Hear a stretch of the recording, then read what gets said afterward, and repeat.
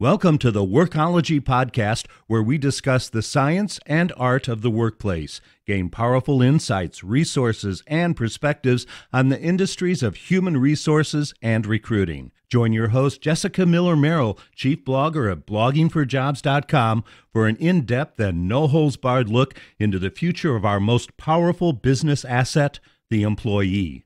And now, welcome your host, Jessica, with this podcast episode of Workology. Welcome to the Workology podcast. Although it's a job seeker's market right now, you might be surprised to know that only 2% of candidates actually get interviewed. Today we're talking about how to use social media to increase your exposure and find a job that matches your interest using social media. It can be done. The Workology podcast today is a special edition. I'm talking today with my co-presenter, Carlos Gill, who is the head of social media with BMC Software. We're teeing up this podcast is part of supplementary material for our South by Southwest session this year called Resumes Suck, How to Find a Job in Social Media. Hey, Carlos, how you doing? I'm good. What's happening, Jessica? I'm getting ready for South by. We were just talking about finishing up our presentation, and you and I are thinking a lot about social media right now. I mean, as we're getting ready for South by, because how we connect with a lot of people we haven't seen maybe in a while or want to meet at South by is through these social networks. What's funny is that this is going to be my first South by, and I think you were just telling me that it's what, your fifth South by that you go to? It's actually my sixth South by, which is crazy. Yeah. So for me, it's my first, and I tell you, like every amateur, I am just on social media. I've been on social media for like the last week nonstop, just reading as much as I possibly can about South by, trying to get on the RSVP list for every party.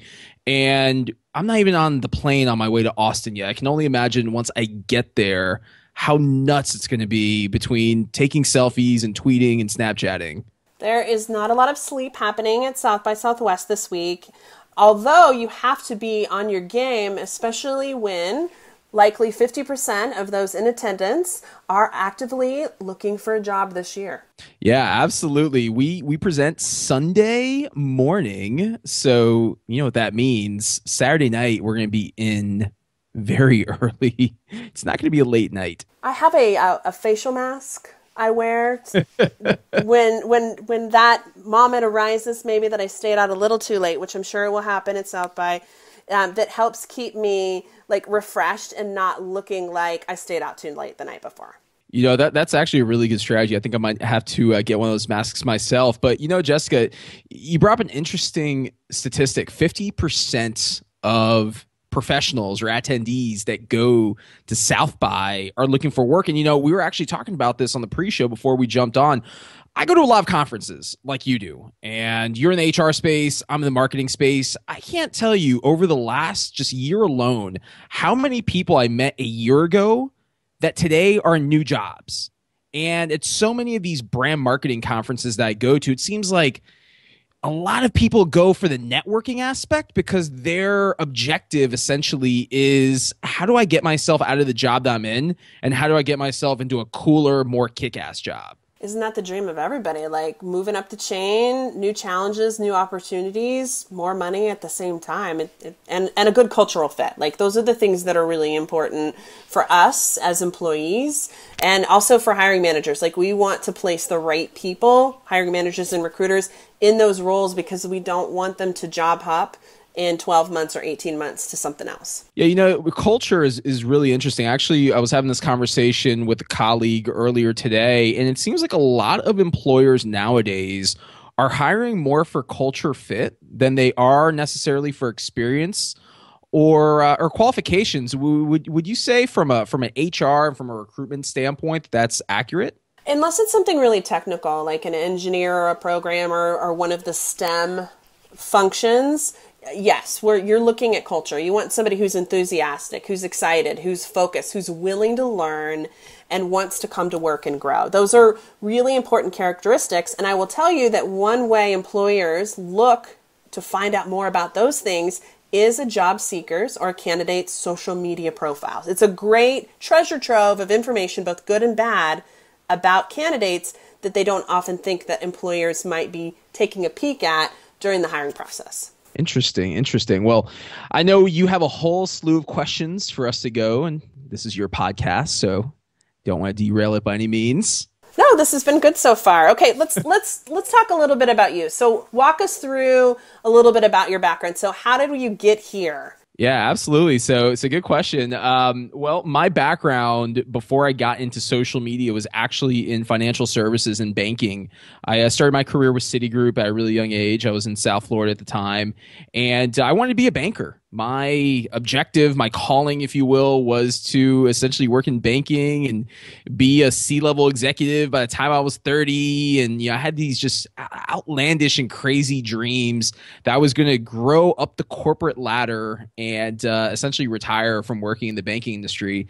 And right around the end of 2008, something crazy happened called the recession.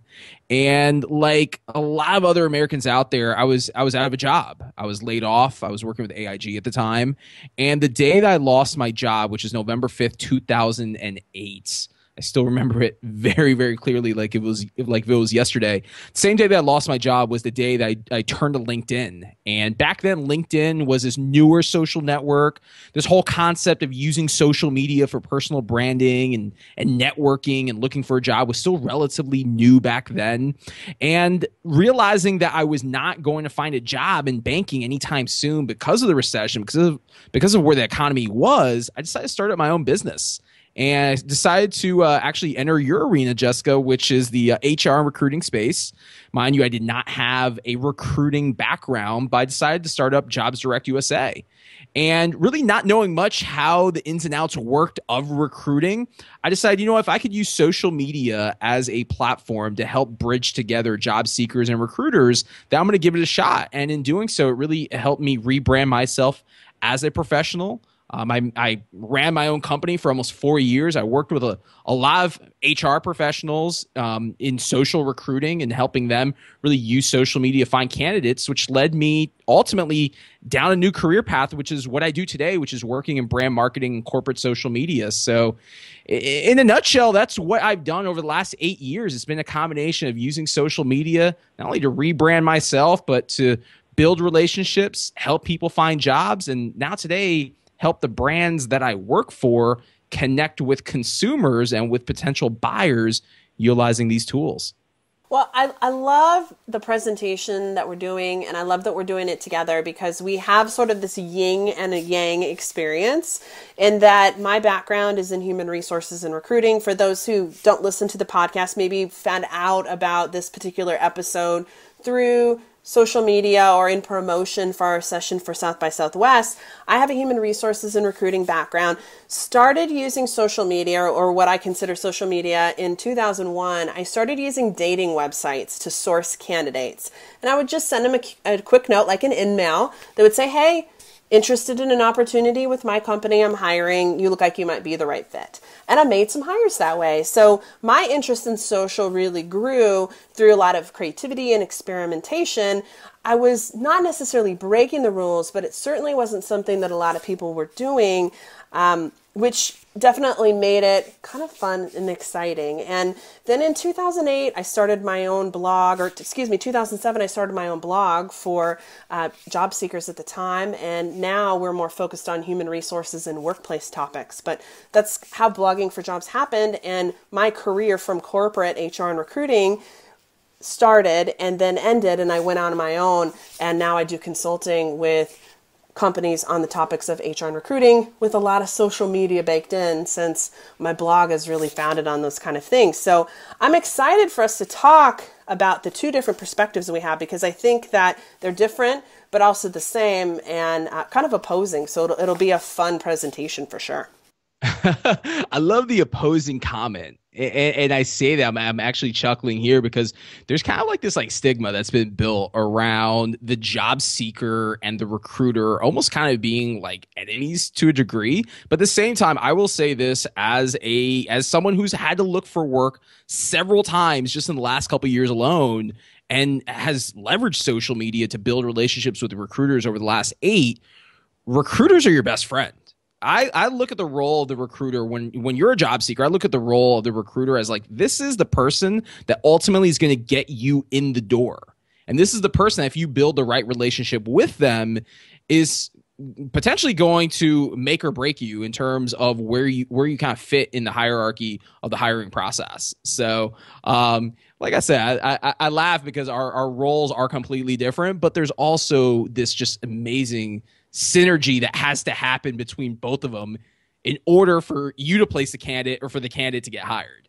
First of all, don't think of recruiters and HR professionals in the corporate space as your enemy. Yes, I know that we're kind of the barriers, like we have to walk through a process. That's kind of our thing. But we put our pants on the same way every morning that you do. We pick up our cocktails and drink from them the same way that you do. In fact, there are several hundred, if not about 1,000, maybe 2,000 human resources and talent acquisition leaders that will actually be at South by, whether they're at the Job Expo or supplementary activities that are happening all over Austin. So we're there too, having a good time. We are really just like you.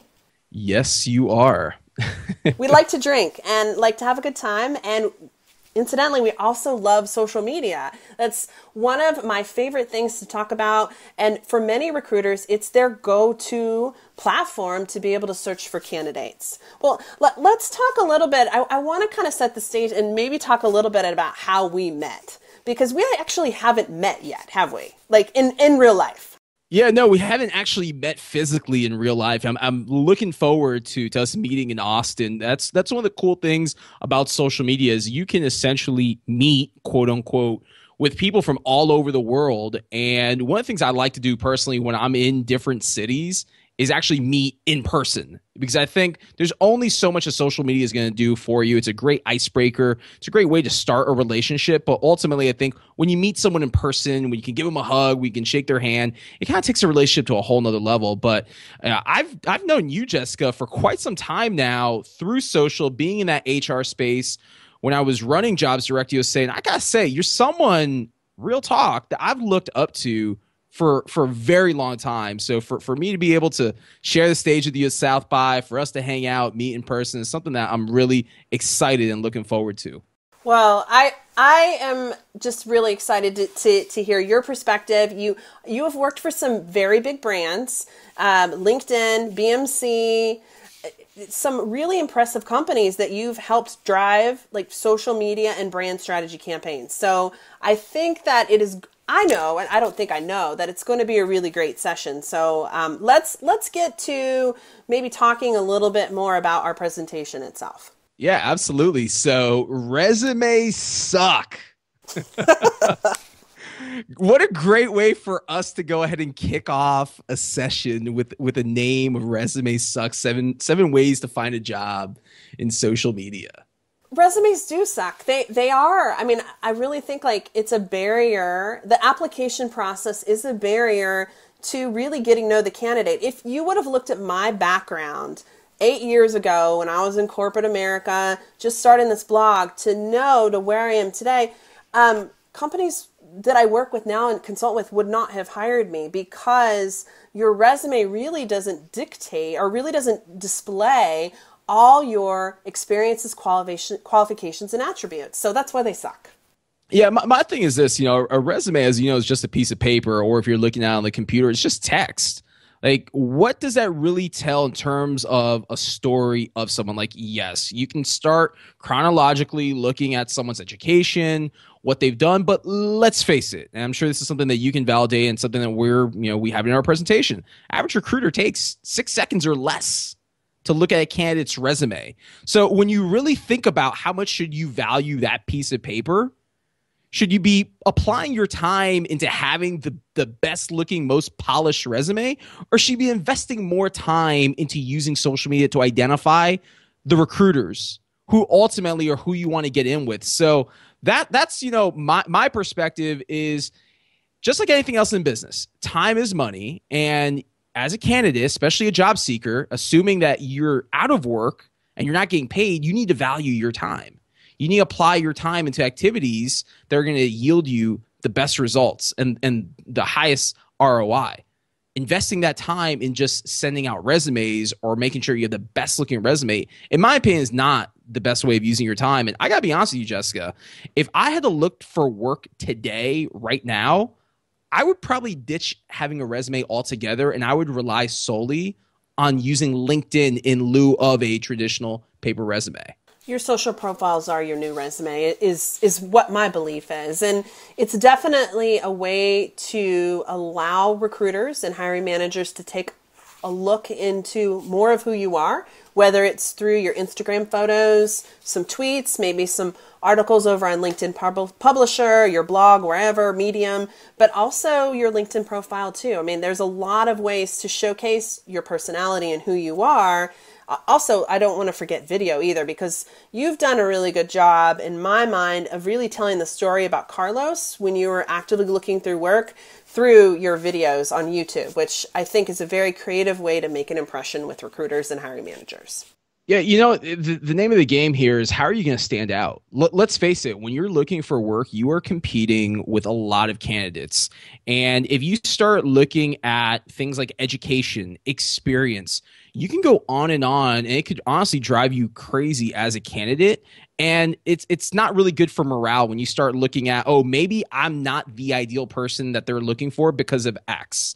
So doing things like YouTube videos, and what you're referring to is last year when I was out of work before I got hired by LinkedIn, I was actually documenting what it was like to be looking for work. But I was also creating videos on YouTube that would position me in the best light to employers, where I'd be talking about current events and topics that were related to my subject matter, which is marketing and social media. So you know this, Jessica, if you're looking at a pool of candidates, and let's say you have 25 people in that pool, the person that finds a way to stand out from the other 24 is ultimately going to get first look. And this is where I constantly just hammer this and let candidates know, or professionals in general, your objective, your job is essentially find a job. And your objective needs to be, how am I going to stand out from the rest of the competition? What am I going to do to get on the radar? So not only do I get a phone call, but I actually get a face-to-face interview. Well, let's take a little bit of a reset here. This is Jessica Miller-Merrill, and you're listening to the Workology podcast powered by Blogging for Jobs. Today, we're talking about resumes suck and how to find a job in social media with me and Carlos Gill. We're given a prep for our South by Southwest presentation happening on the 13th from 11 to 12 Central Standard Time at the South by Southwest Job Expo. So kind of excited about that. You can connect with Carlos on Twitter if you tweet at Carlos, C-A-R-L-O-S, Gill, G-I-L-83. And you can also connect with me, J. Miller Merrill. And that's Merrill with an M-E-R-R-E-L-L. Or, just Google us. We're out there on the social medias, really active. Let's talk a little bit more about strategy, okay? Because you're talking about all these videos that you did and tweeting on social media, maybe Snapchatting and Instagramming and writing blogs. Like, where do you suggest people start? Is there one platform? Is there all platforms? Otherwise, we could spend 120 hours a week on just social media activities alone in the job search. I would say if you had to pick your poison, I would rank it for you in this order. You have to use LinkedIn. You have to use Twitter. And here's the kicker. You have to use Facebook. And here is my strategy for finding work. So for one, most of us, we have goals and ambitions and dreams of working at our dream jobs or at ideal companies. So I always say create a hit list. And what a hit list is no more than maybe 5 to 10 employers, 5 to 10 companies that you really want to work for. Write down these companies, go to their job board on their website, and look at the jobs that are of interest to you, but don't apply for them. Because let's face it, it takes anywhere nowadays from 45 minutes to an hour and a half just to go through the applicant tracking system of most of these companies. So at the same time, and maybe this is something that you can elaborate on, Jessica, a lot of these company websites, a lot of these job boards also have screening technology. So based on how you answer certain questions, your resume could get completely kicked out and you could be the most amazing kick-ass employee and candidate of all time. So you don't want to shoot yourself in the foot, and you don't want to invest all this time in applying for a job with no guarantee that you're ever going to hear back from anyone. So again, create the hit list, do your research. Once you've done your research, you have to use LinkedIn. There's no question about it. You have to use LinkedIn to identify the recruiters at these companies. Now, Most candidates, if they are using LinkedIn, will in some way, shape, or form find a way to engage with recruiters. However, you have to go above and beyond just using LinkedIn, and you also have to find out, is this recruiter on Twitter? Now, where I'm going with this is that most recruiters, the same way they will Google you and do your due diligence on you, you have to do on them as well. This is reverse engineering the job search. So you go an extra step and you go on Twitter. You see if they're on Twitter. And I just want to point out, on most LinkedIn profiles, if someone is on Twitter, and if you click on their contact info, it will show you their Twitter account. So it makes it really easy for you. You have to start forming a dialogue with these recruiters on Twitter.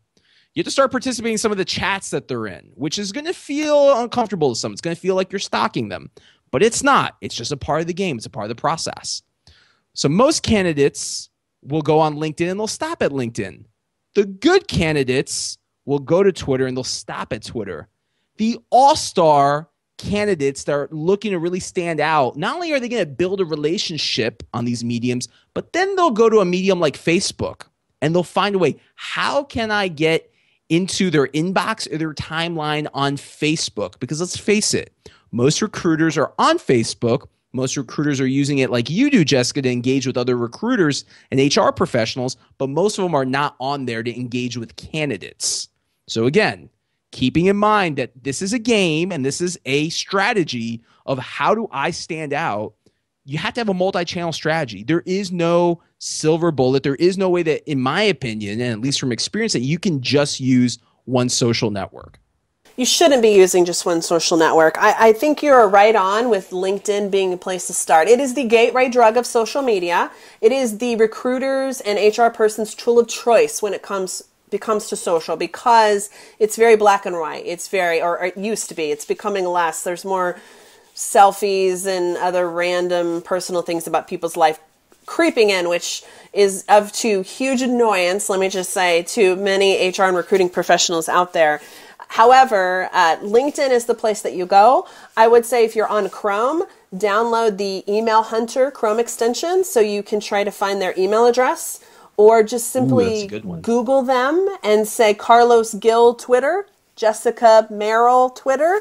I bet you're going to be able to find that person. And you send them a tweet and you say, hey, I'm interested in learning more about your company. Or, hey, can I interview you on Medium about what it's like to be a recruiter? And boom, you're in, or likely in. It's a good way to kind of start the conversation. Now, let me just say that if you are amazingly awesome and you're really active and wanting to look for a job at South by, like right now, before you go to the Job Expo, go to South by Southwest Social. It's the social media part of South by. Everybody has a profile. Many of us want to have our pretty picture that we have taken our headshot for and not get one of those ugly camera pictures when we go pick up registration packets and stuff. They're going to put their social media information there, and there are several hundred recruiters and talent acquisition leaders that might be at the expo, they might be presenting, they might just be hanging out, doing their thing. You can connect with them before the conference, before Austin this week, and then you can find a place to meet with them, or you already have that relationship established. You can go right up to their Job Expo booth and say, hey, Jimmy, I connect with you on Twitter this week. Nice to meet you. I want to tell you about why I'm a great candidate for social media at your company. And they recognize you above the massive amount of 30,000 people that are at this event. Jimmy knows you. He might not have connected with anybody else.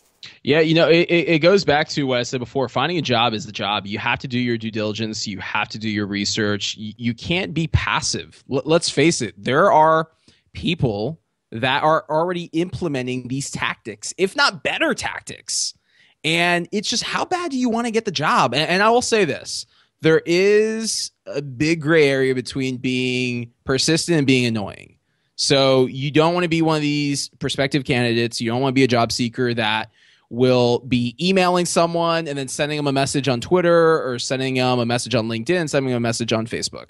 You have to know how to balance these platforms. But yes, to your point, Jessica, be prepared, leave no stone unturned, and do your research ahead of time, as much that you can do ahead of time. And just so you know, right now I just Googled South by Southwest job market which is the name of the job fair, you can go on there and you can see a listing of employers that are going to be there. So for anyone that's listening to this, that's going to be at South by, or even if you're listening to this and you're not going to be at South by, you can go and you can see real companies that are hiring right now, like Netflix is one of them.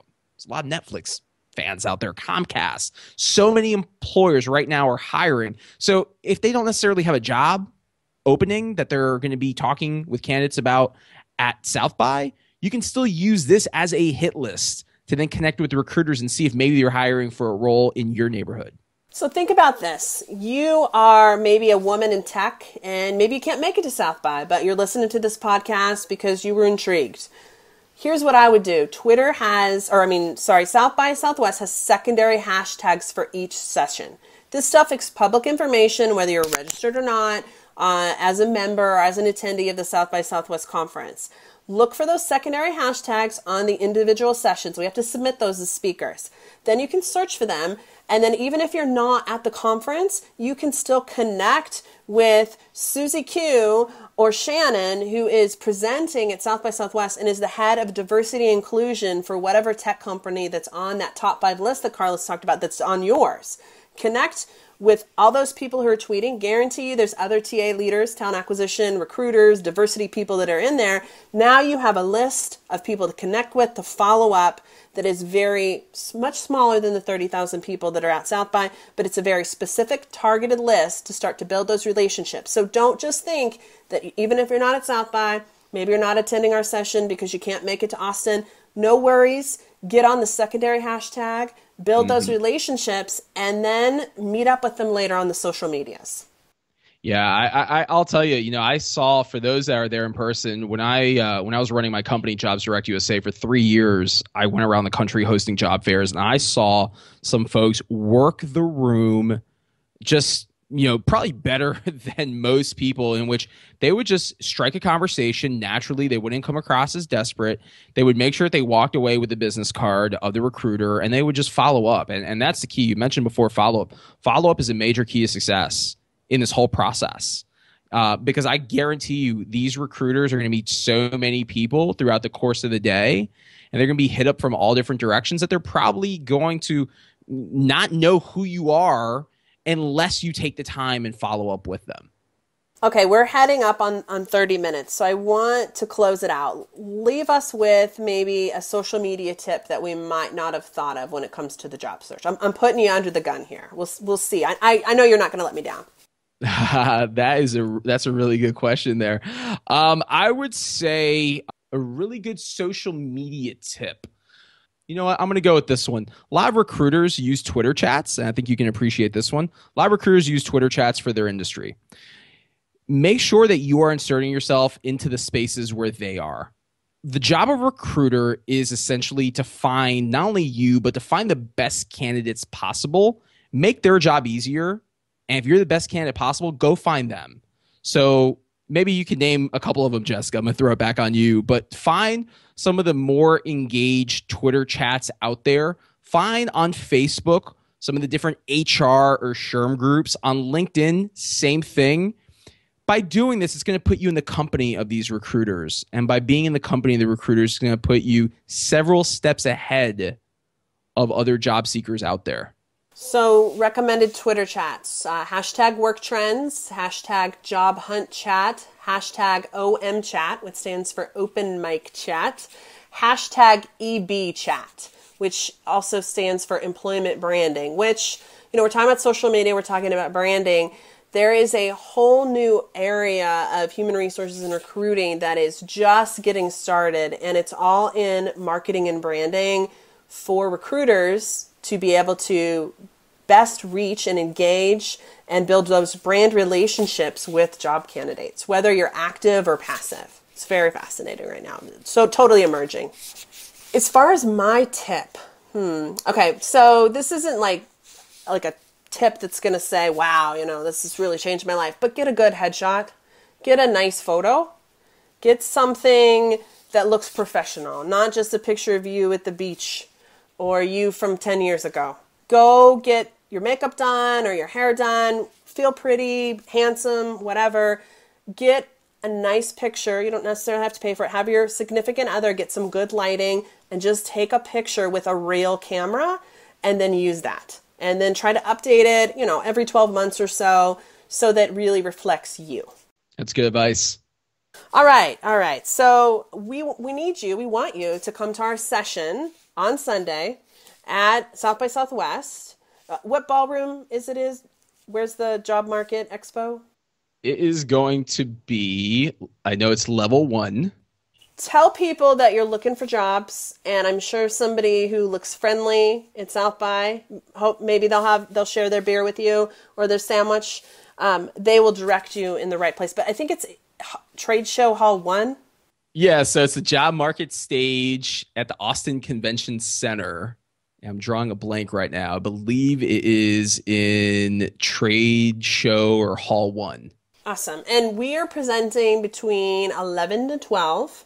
Excited to have you. It is free and open to the public. So just because you don't have an interactive or a music or a movie or a platinum or a diamond or, cubic zirconium badge doesn't mean that you can't go to the presentation. I will include a link to be able to get the day pass in the transcript of this podcast over on bloggingforjobs.com. You can also just search for Day Pass South by Southwest, and I guarantee that you're going to get the link that you need. We're looking forward to seeing you. Carlos, where can people go to connect with you before South by? Is there a special place that they should be going? Yeah, you know what? You can actually go to my website, which is yocarlos.com. It has all of my social media links on there. If you're on Twitter, you can go to @CarlosGill83, Snapchat, @VCarlosGill, and I'm also on LinkedIn. Yo Carlos, I like that. You can connect with me, Jessica Miller Merrill, at just bloggingforjobs.com. It's blogging, 4, jobs.com. Check out, we have some great content, South by Southwest related. I know Carlos is pushing out some good stuff here before the conference and after. We look forward to seeing you. Thank you for taking the time to listen to the Workology podcast today, where we talked about how to find a job. Resumes suck. And until next time, you can visit Blogging for Jobs to listen to all past episodes of the Workology podcast. Production services for the Workology podcast with Jessica Miller Merrill provided by TotalPicture.com.